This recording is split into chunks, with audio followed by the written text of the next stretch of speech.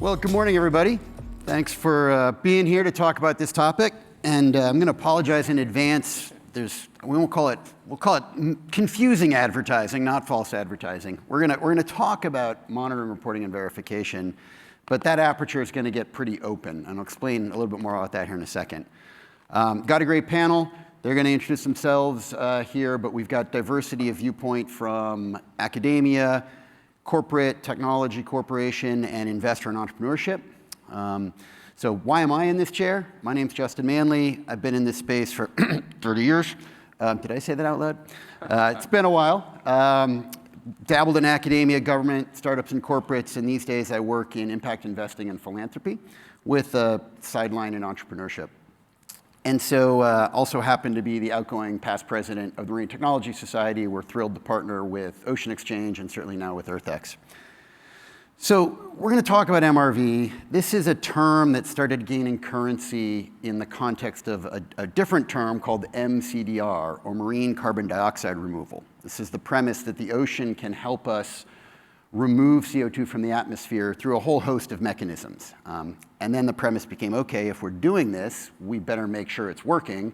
Thus, we must monitor, report, and verify that this is happening. The reality of that as a technical field and certainly as an economic activity is that it is on a slow roll. There's a lot of enthusiasm and there's a lot of work, but it's from the purposes of investors and technologists, it's not really here today. And so we're gonna widen the aperture in this conversation about MRV.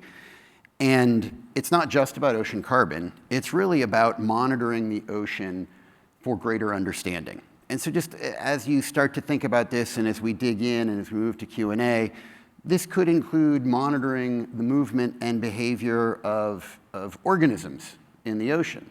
Could include humans as organisms, whether we're scuba diving or on boats or in submarines, and whatever reason you have human activity on the ocean, keeping an eye on all of that and keeping an eye on the animals in the ocean. This is something that falls into MRV. Likewise, understanding both the physics and the chemistry of the ocean, ranging from weather to harmful algal blooms. This all is within scope for this conversation. And at the end of the day here, what we're trying to do is connect this idea of eyes on the ocean and understanding the ocean to the interplay of that ocean ecosystem and human economic activity, right? So understanding should lead to activity that should add value, good for what I like to call both profit and planet. So with that stage set, I'm gonna hand it over to my panelists. So Tom, Donna, and Mark are all here, and we'll maybe start Tom, Donna, and Mark moving from academic to corporate to the entrepreneur investor frame. Everybody will offer a few remarks, and then we'll move into a little planned Q&A up here, a little unplanned Q&A. I've got at least one surprise question for my panelists, and then we'll make sure to make time to have you all chime in. So with that, Tom, if I could invite you to kick off, tell us a little bit about yourself and your views on this, what has now become a broadly expanded topic of whatever you think MRV is. Yeah, sure. Appreciate that, and thanks for the opportunity to be here. I'm not going to spend a whole lot of time about myself, but I think a little bit of background is probably important. So I'm a marine ecologist by training. I spent about 25 years of my career at the University of Florida, where I was the director of the School of Natural Resources and Environment. But I took a leave from that, and then I was the chief science officer for the state of Florida before I took the current position that I have now, which is the dean of the College of Marine Science at the University of South Florida. But why I say that is, right, I took some time off from my academic career to really insert myself into the policy space so I could better understand it, because I thought there was a disconnect between science, policy, and management that I really felt that I could contribute to. And so after that exposure in the state capitol, I went back to academia and I focused much of my career on trying to make the science relevant, right? Trying to explain people why it's important to collect data, right, and provide it for a variety of purposes. Hopefully I can contribute in a meaningful way to this conversation. Thanks, Tom. Hi, I'm Donna Kocak, and currently a principal fellow at L3 Harris. So it's your DoD company, but my background is quite varied from that. I was past president of the Marine Technology Society, worked mostly in science, primarily in the beginning at Harbor Branch Oceanographic Institute, where wrote a lot of software, underwater imaging things, some of the 3D scanning systems that we mentioned. I was on the forefront of some of that technology. And in my current role, I did some startups too in space, which is interesting, the space connection. And then in my current role, I'm now in the innovation office at L3 Harris. So I'm looking at emerging technologies, primarily sensors and systems that can be, for both across domains and across mission spaces like maritime and also DoD and science. So that's my background. So hopefully I can contribute here. Thanks, Donna. Mark. Hi, Mark Huang. My linkage to the ocean more is I was a kid that never outgrew liking ships, so I studied marine engineering, naval architecture, left the shipyards early, and then 10 years with General Electric, helped start GE's corporate clean tech venture practice. Back then it was called, energy tech, clean tech, so LED lighting, renewables, electric cars, batteries. And then later commuted to Norway with the first-time clean tech fund during the financial crisis. But it was in Norway, which is a big maritime nation, offshore renewables, aquaculture, shipping, started to scratch my head and say, all these startups that you're seeing in energy, smart cities, et cetera, from clean tech, when is that gonna maybe apply to the ocean economy? And so hence about 7 years ago in Justin's old stomping grounds in Boston, we started SeaAhead, which was one of the first focused venture platforms to support ocean-focused startups. It just finished its 5th cohort. So we see a lot of broad startups, and we want to try and help them give it a higher chance of success and get to the next step. Thanks, Mark. Already 2 observations, right? And I didn't go into quite the same detail, but I worked in academia, I've worked in government, worked in startups, worked in corporate. You hear folks moving around already, right? So this panel by nature has a diverse viewpoint, which is great. The other thing, and Mark, thanks for bringing in Norway, for example. We happen to be here in Dallas. We happen to be talking with sort of a USA-centric, but this is truly a global industry.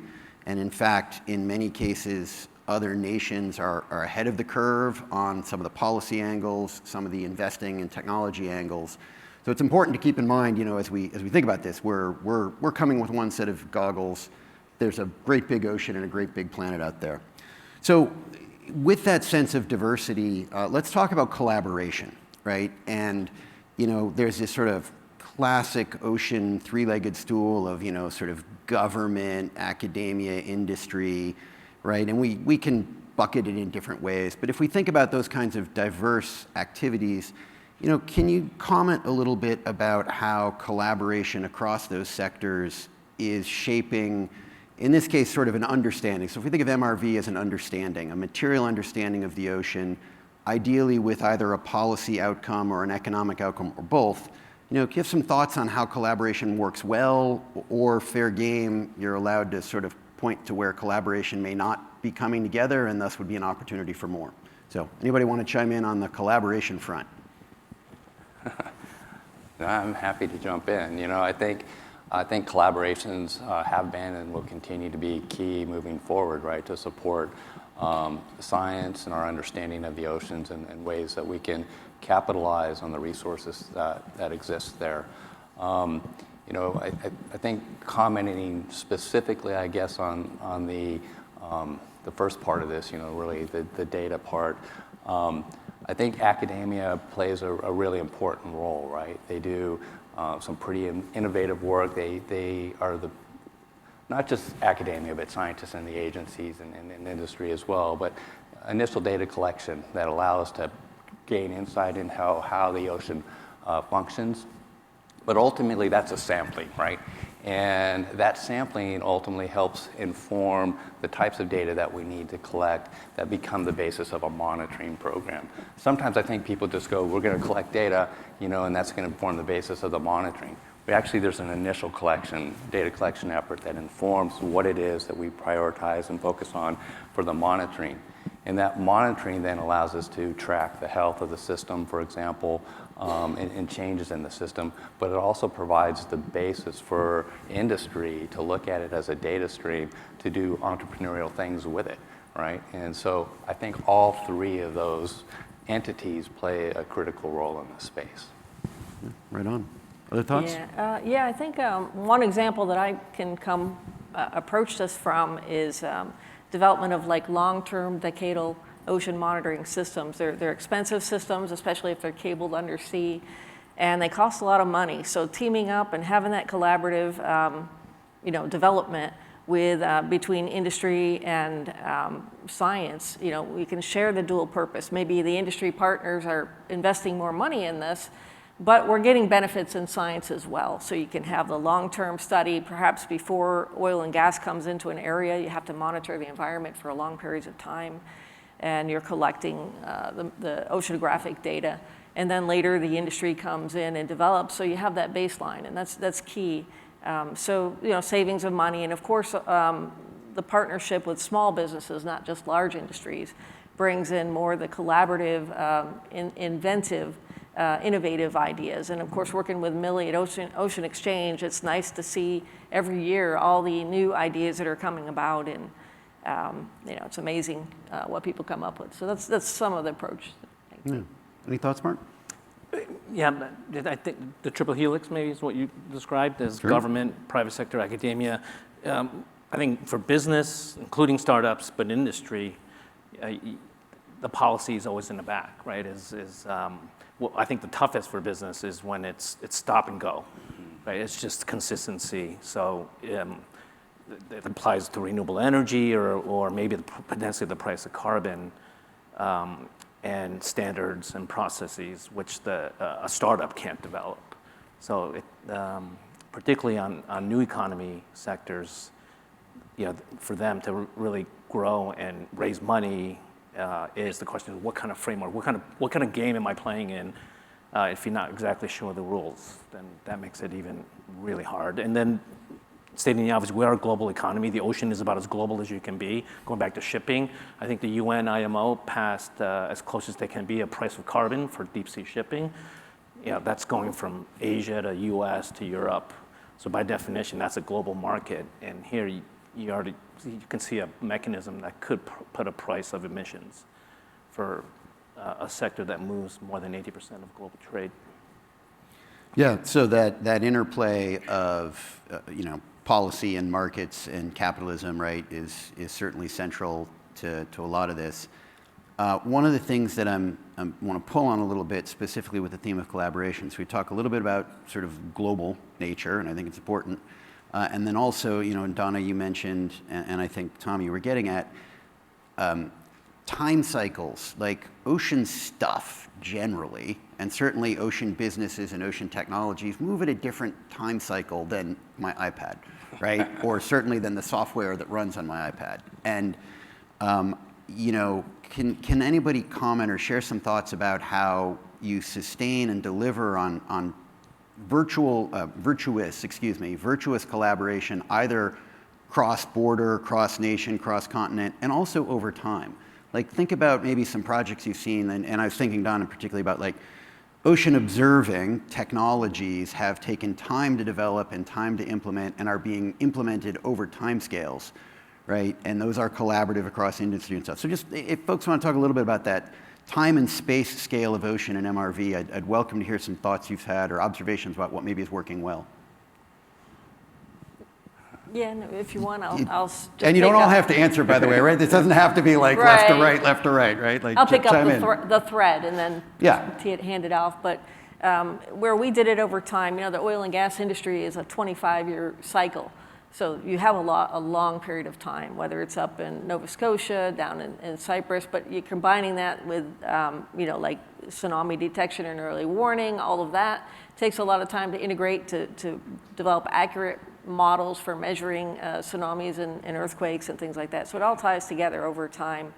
And of course, not forgetting the space connection, having that global perspective. And we've launched like the hosted payloads of Iridian Next, where you're collecting, you're providing communications, but you're also collecting ADS-B, which tracking airplanes, and AIS data, tracking that over the entire world, in real time. So it really gives you a lot of advantages to acting upon events that you see. kick it Any off other there. thoughts? Yeah, I mean, I started to get at it, like you said in my earlier question. I think the data needs are so vast, right? And we'll probably never have enough resources to collect and capture all of the information that we need to answer all of the questions that we want to. And so I think we have to spend some time prioritizing where those data collection needs might be. And I think and we need to talk amongst ourselves, right? The academic community, the agencies, as well as the industries that are invested in that data. Because the data that are of most importance, particularly in the ocean realm, are often, decadal scale types of data and large space scales. And so you can't do it all. And so you have to think strategically about the types of data streams that you want to embark on and those that you want to maintain. Because if you can do that, then you will certainly reap the benefits. And what I've seen over the last several decades is that many of these types of data collection efforts get initiated, but they are not maintained, right? And that's, in a way, a real tragedy. But I think we can overcome that by thinking more strategically about those types of things that we're going to invest in. And your example of the ocean observing systems is an excellent one, right? Because it's not unique to the United States, right? It's global in nature. And those types of the data that are collected there help inform global models that are ultimately, then downscaled to regional models and things like that, so we can all understand the effects of, climate change or environmental change on our planet. So. Right on. You can pass, Mark, if you want. I can pass, sure. So I want to change gears. I want to talk about innovation. Obviously, in most eras or elements of our daily life, we're certainly feeling innovation, whether it's communication mechanisms. Last night conversation about flat panel TVs are, essentially at a crazy refresh rate, right, in terms of economic utility. So innovation is shaping the ocean space as well. As we've alluded to, timescales are different. Technology may be harder. So I want to talk a little bit, sort of an open question. There's a lot of approaches to innovation. There's some classic R&D. Academia develops technology and methods. There's buzzwords like open innovation coming out there. And also we're seeing now, particularly in the defense sector, a much faster drive to adopt commercial tech as opposed to developing classic government defense programs took forever too, right? So there's a lot going on and a lot of different dynamics. And so maybe could you comment on some of your experiences of the intersection of kind of innovation trends and this question of ocean observing, and maybe some experience you have that you're seeing that you'd like to share with the audience? Go ahead, Mark. Yeah, you passed. You win. You get to start now. Thanks. So first, at a high level, may not be completely intuitive. The innovation that we see, particularly from the startups, is not coming from where you think it traditionally would come from in the maritime sector or in the marine sector. It's not necessarily coming from the marine labs. Not that there isn't. It's coming from, once again, where you used to hang out, right? So your advances in semiconductors driven by automotive, your iPad. Now you have commercial satellites available, like Planet Labs. You have the power of computing, the ability to model. All of those are technology trends that are impacting other sectors very quickly. So an entrepreneur, what's nice about the entrepreneurs is they're not bounded by any paradigms. So what we see is techies, if you want to give them a lack of a better word, hardware or coding, and they're like, hey, I hear about this hairy problem on the water. I want to work for that tech company. I'm really curious if my possible solution that I'm thinking about could apply to the ocean. So that's at a high level. So we see a lot of startups there trying to bridge advances in tech from other sectors, and we call it buzzy, kind of taking it out to sea. We're trying to provide that bridge. On the monitor reporting and verifying, so I mentioned that it's high level from what I've seen from the bottom up with a lot of the startups. It's not a tech problem. I mean, take that back maybe at the deep sea, that could be, it's so challenging, but most of the economic action is off the coast, 100 miles. Shipping, avoiding marine mammals, fishing, offshore renewables, coastal pollution. So the stakeholders are there, and we see advanced tech that can sensor, do the M to feed the R and the V, but they're having trouble with the slow adoption rate because it's not a tech problem. It's a policy, process, It's like, wow, that tech is great, but this is how we've been getting permitting for the last 50 years. And there isn't a mechanism to bridge that easily. Yeah. I mean, if you think about the characters that inhabit our world, sailors, fishermen, right? These are not characters known for sort of jumping at the latest and greatest. For good reason, right? You know, the ocean can be a hazardous and challenging place, but oftentimes you're dealing with conservative cultures, and then the regulators of conservative cultures become conservative. Military has a history of not necessarily being conservative, but certainly being thoughtful about risk. And so, yeah, innovation is up against some barriers. But Donna, Tom, any thoughts about innovation? Well, one thing, it's interesting comparing it to the decadal need for the data. The innovation time frame is shortening. We need things sooner, so there's a more rapid pace. And I think adopting commercial rather than starting from scratch, you know, reaching out to partners who, you know, we do a lot with Shield Capital, the investors, you know, bringing in companies to work with and scouting them out. And in ocean observing, rather than the massive, you know, work that requires for cabled undersea observatories very deep, which you know does take a long time, and it is more exquisite. You know, we're seeing all these, like you say, technologies available. We're seeing all these surface vehicles, you know, different styles of UUVs, hybrids, and even surface vehicles with attached aerial platforms, you know, communicating down, and then attached UUVs communicating up. So yeah, it's a different time, and I think a lot of the innovation, you know, you think of Oceans of Things with DARPA, and it's certainly not exquisite. You want something that's really inexpensive. Of course, not to say that it didn't necessarily pollute. You know, we want bio, you know, friendly materials, but that's a big thing to research now. But putting things out there that get the non-exquisite data, and then having it combined with the exquisite gives you that, you know, that combination. And then, so I think those are some key points. Any thoughts, Tom? I just think now is just such a ripe time for innovation, right? There's so much going on, and particularly with regard, in regard to the observing world, right? And so I think in the past we've been relatively focused on the physics and the chemistry, and we're good at that, right? But the problems are much bigger than that. I think of things in my space, for example, trying to detect harmful algal blooms and different types of species, right? And so scaling that technology up to different levels of biological organization is a real challenge, but a real opportunity now. I like the fact that we've got all these different types of platforms, whether they're autonomous underwater vehicles or surface vehicles or satellite platforms. But we get these big data streams, and they're going to allow us to much better understand the biology and the ecology, which I think is going to really help us moving forward. So, yeah, Can I add a part to that? Yeah, please. Yeah, so going back to the advances in sensors or autonomous vehicles, and as important, the power of computing with the data analytics. So it's easier to do a spatial systems approach than the old days, right? What happens 50 miles inland impacts what happens 50 miles going out to sea. It's much easier. So we're seeing startups saying, I just give me the data, and I can get the data easier, and I can correlate it, and I think it might be meaningful. So I think that's a great trend. It's a nonlinear trend of being able to better connect sectors that historically were just very much siloed.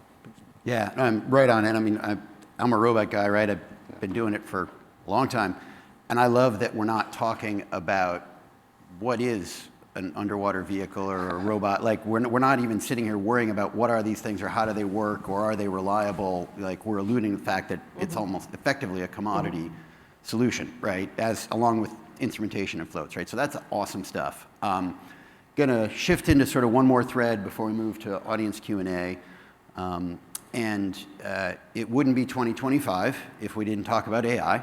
And I'm gonna open this by giving an example of my own answer to the question. I'm looking for concrete examples of AI impacting something you've seen in ocean monitoring, MRV, whatever, where you're seeing AI have an impact. And my example to start, in my philanthropy life, we've done some work with marine protected area monitoring, robots, making the robots cheap. And one of the vendors we worked with added AI to their robot video processing. And clever name, they called it Enhanced Horizon. And you're like, okay, wait a minute. And then you think about it, like when you're on a boat bouncing around, it's hard to see. And when you're in a robot boat, watching the camera through the feed, it's hard to see. And so by applying AI techniques to the visual processing, they got much better at it, and in fact found the computer can find a boat on the horizon way faster than the human being, right? And so all of a sudden, and it's fairly low key as AI goes, right? But it's a powerful tool, and it added real value to this mission. And now it's built in. And so now, and you still have to decide, is it a good guy boat, a bad guy boat? Is it actually a boat? But it changes the duty load on the operator of this robotic vessel, right? So I offer that as an example, and I'd love, and if you don't have any, that's okay too. Negative data is data too. But if you've got examples that you've seen AI shaping this field, please share them with us, and then we'll move to the audience for questions. I hope you all have some. So. Let's talk about AI. I'll just jump in. Please, yeah, dive in. Again, now's the time for that, right? And to just build off of your example, we can take, large data streams and we can say that's a boat, right? But what we want to really be able to do is to say, well, what is that boat doing, right? Is, for example, I do a lot of work in the fisheries management space, and we say, hey, that's a fishing boat as opposed to, a pleasure boat or, another type of boat. And that allows us by correctly identifying or characterizing an attribute in the ocean to say, well, this is how much fishing effort, for example, is going on. And as a consequence of that, we're better able to manage the fisheries. Similar examples include, again, just recognizing entities or attributes on large spatial scales. It could be a harmful algal bloom, it could be a sargassum, something like that. And the ability to detect those features or those characteristics in the ocean early on allows us to respond if necessary to effectively manage them. So I think, again, the examples, they're replete out there right now, and I think that's where the entrepreneurial types of things are going to come into play. Yeah, I agree. And one area, I think the imaging side is going to be the first that really takes off, because I know there's a lot of published research in using neural nets and things to identify. And that's one area the Ocean Enterprise sort of identified as, that lack of data and lack of sharing. Hey, let's get the data out to the universities so the AI students can start working on this, and it brings about that awareness. But another area, it's going to be more, the decision making is going to make a difference. And one area that we sort of seen is in the AIA, the patterns of life. So if you track a vessel through time, now that we have real-time data, we can actually see when people turn on and off their AIS systems, or they want to hide and go dark, so you want to try to find the bad culprits. Maybe they're going into the EEZs or marine protected areas, turning off their AIS so they can think they can sneak in and fish, things like that. But, and I even know that some of during 9/11, there was a ship offshore that had a unique, an unusual pattern of life, just in that short time frame, a big window around it, where it was supposed to be a ship doing X, but the behaviors didn't look like it did X. It looked like a Y sort of ship. And I don't have all the details of that, but looking over time and having AI analyze the patterns. Is it really a fishing vessel? Is it really a ship cargo container? Oh, these two ships went real close together and one of them stopped. What were they doing? Things like that. So it's just another look on it from the global perspective. Yeah. What about you, Mark? I think there's maybe two examples. Later, we'll have Fathom Science and At Depth present on the startups. So the ability of, like, the lack of using a buzz term, the digital twin, the ocean digital twin, but that is becoming closer and closer. So let's say you're looking at, I think ARPA-E in South Korea are working on that seaweed, MCDR, smart aquaculture. That, not yet, soon can be dynamically modeled and predictive, because all the things that are happening, which I'm not a biologist, but a lot of things are happening, right? Yep. And so that's where now if you add data sets to that, let's say hard data sets, then you get a machine learning component. So that allows you to do much more accurate predictive on what that project is going to go. And then someday soon, hopefully that'll link into MRV and be able to be validated and said, yeah, this is good enough for a bank to finance. Second, starting with your example, is like this mid-ocean couple. So going back to AUVs, ASVs, they're lithium-ion powered. They have short mission duration because they're in currents and other wave conditions. So augmenting the computer vision with some good mission planning, if you have a much better precise idea, like in the next 3 hours, this is exactly the better prediction of the currents and wind if it's on the surface, and hence we can better mission plan and we can stay out in the field another maybe 30 minutes or an hour. Right? Yeah, to that point, there's a DARPA BAA open now for pulling guard, towing along a little surface craft, but that energy monitoring and management is key in that. To how do we preserve the life or lengthen the life of a mission and things, so, and harvesting from the ocean. So using that digital twin to get that information and predict it. Yeah, so one of the things I take away here, and this is, start getting ready to ask your cool questions, but when we think about AI, it's predicated on sort of a volume of data and also a history of data, right? And so my pithy little comment here, right? I'm pretty confident, I've been using Amazon since it started. I'm pretty sure Amazon has more data points on my behavior of life than we do on anything in the ocean, right? 20 years of me shopping on Amazon, they're really good at telling me, oh, you forgot to buy this, right? Yeah. Or based on history, you're gonna need to buy more cat food next week, right? Yeah. These are little examples, but it drives their business and it sort of makes my life easier. And I think we're gonna start to see things like that in the ocean. So, Dane, carry us on. Let's engage the audience. Let's open it up and get some questions and get a question down here in front. Thank you. Angus Friday with Azuros.ai. We've been looking with island nations who are trying to do more in terms of marine protected areas and looking at options to get them funded and financed. One of the options, blue bonds and debt swaps. The question then becomes, with, you've probably all heard of greenwashing, i.e. you raise money to do something and then you do something else. We're trying to avoid that, so we want to avoid blue washing. So I'm just keen to find out from you whether you're doing any work, any sort of MRV work around financing. So you're taking on blue financing for marine protection. What sort of MRV tools and metrics are you using to monitor whether you're doing what you said you were going to do? So just be keen to hear any responses to that. I'll give you a quick indirect answer. This question of MRV, if it becomes driven by an ocean carbon credit economy, so illegal fishing enforcement, there's not a lot of budget to watch for illegal fishing, right? I have this hope that if we have a world where we're monitoring the ocean for carbon credits, we get illegal fishing watching for free, right? So unfortunately, that's not yet a well-financed outcome, but this idea of multiple beneficial outcomes paid for by one market benefiting another is a riff on where you're going. But if anybody's got a specific finance, and we'll admit, Mark, you're probably the closest to a deep finance expert on this panel, so I think we expect you to say something profound now. It's a bear.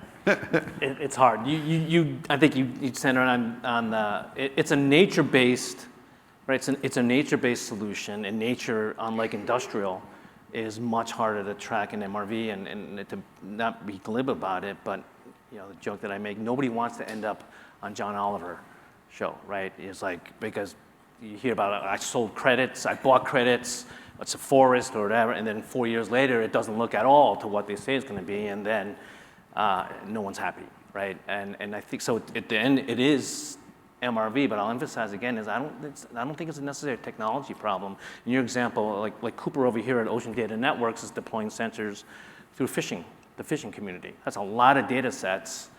There's the satellite, there's the AI component going after the IUU, but is there funding mechanisms or policies and processes to upgrade so those MRV could be integrated into a new MRV process that the financial community, I think, or the corporate community wants they want to buy that. I think demand exceeds supply.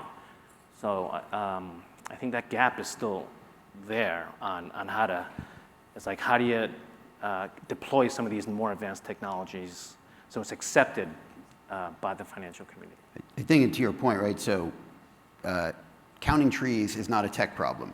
And yet trees as a carbon credit became a bad market because of human behavioral issues, right? So my suggestion back to island communities, I think one of the opportunities you have is attention, right? People think about beautiful islands and it gets their head in, and then smaller states maybe collaborating with your neighbors, you perhaps have more flexibility in policy than some of the other economies and political ecosystems. And so I'd be encouraged to, we can go offline on this, but I actually think it'd be exciting to see the island states and places like that actually taking the lead on this and influencing that through a combination of tech and market, and hopefully policy will follow.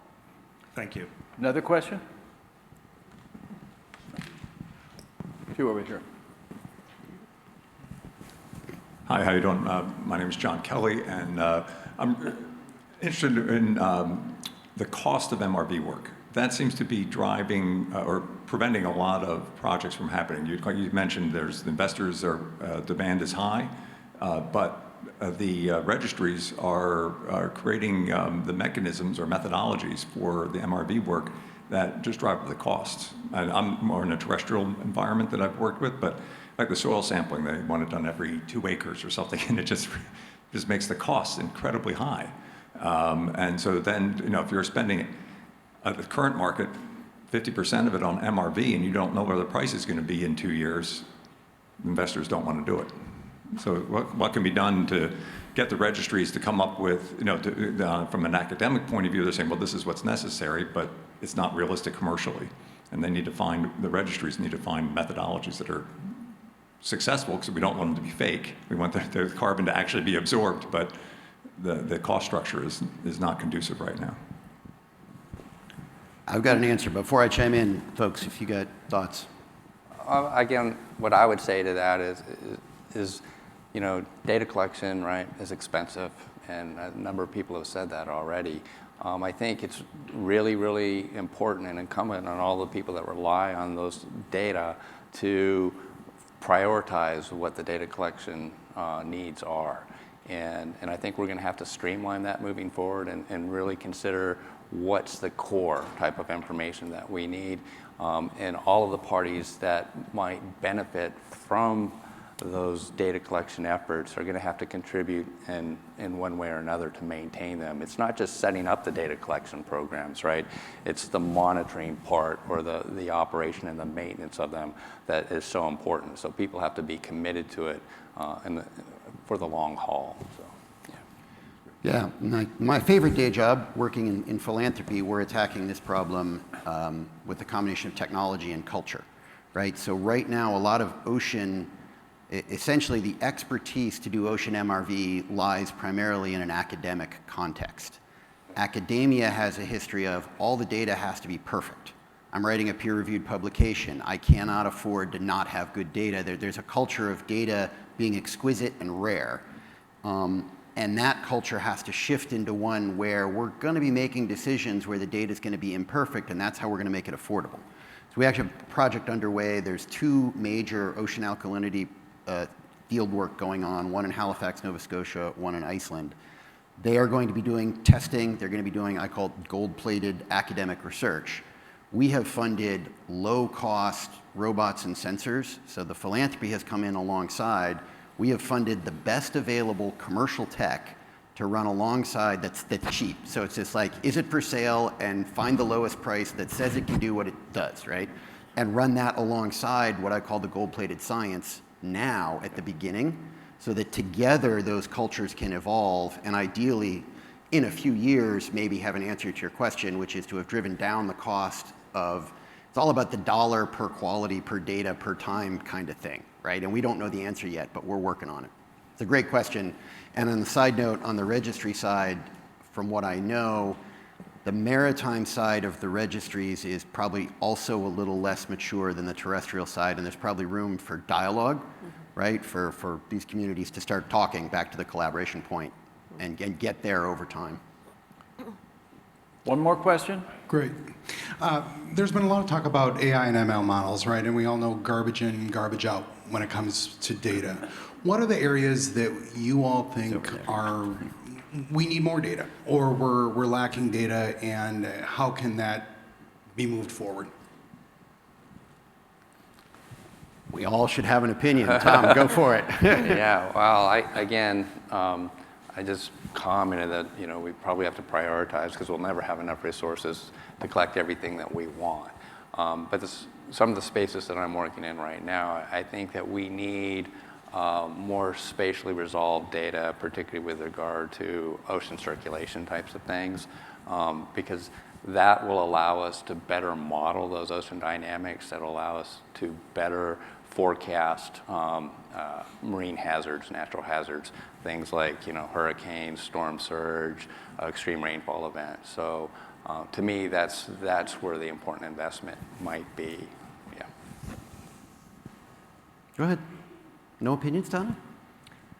I'm not strongly opinionated on that. You don't want more data? But we do need more. Everybody needs more data, especially for the AI training. Yeah, and I think there's a lot of data out there. Some of it can't be shared, and of course, for a DoD company, there's data I can't, talk about or share. But yeah, I think through our Ocean Enterprise Initiative, we've been talking about that, like getting it to the universities so they can start working on the data.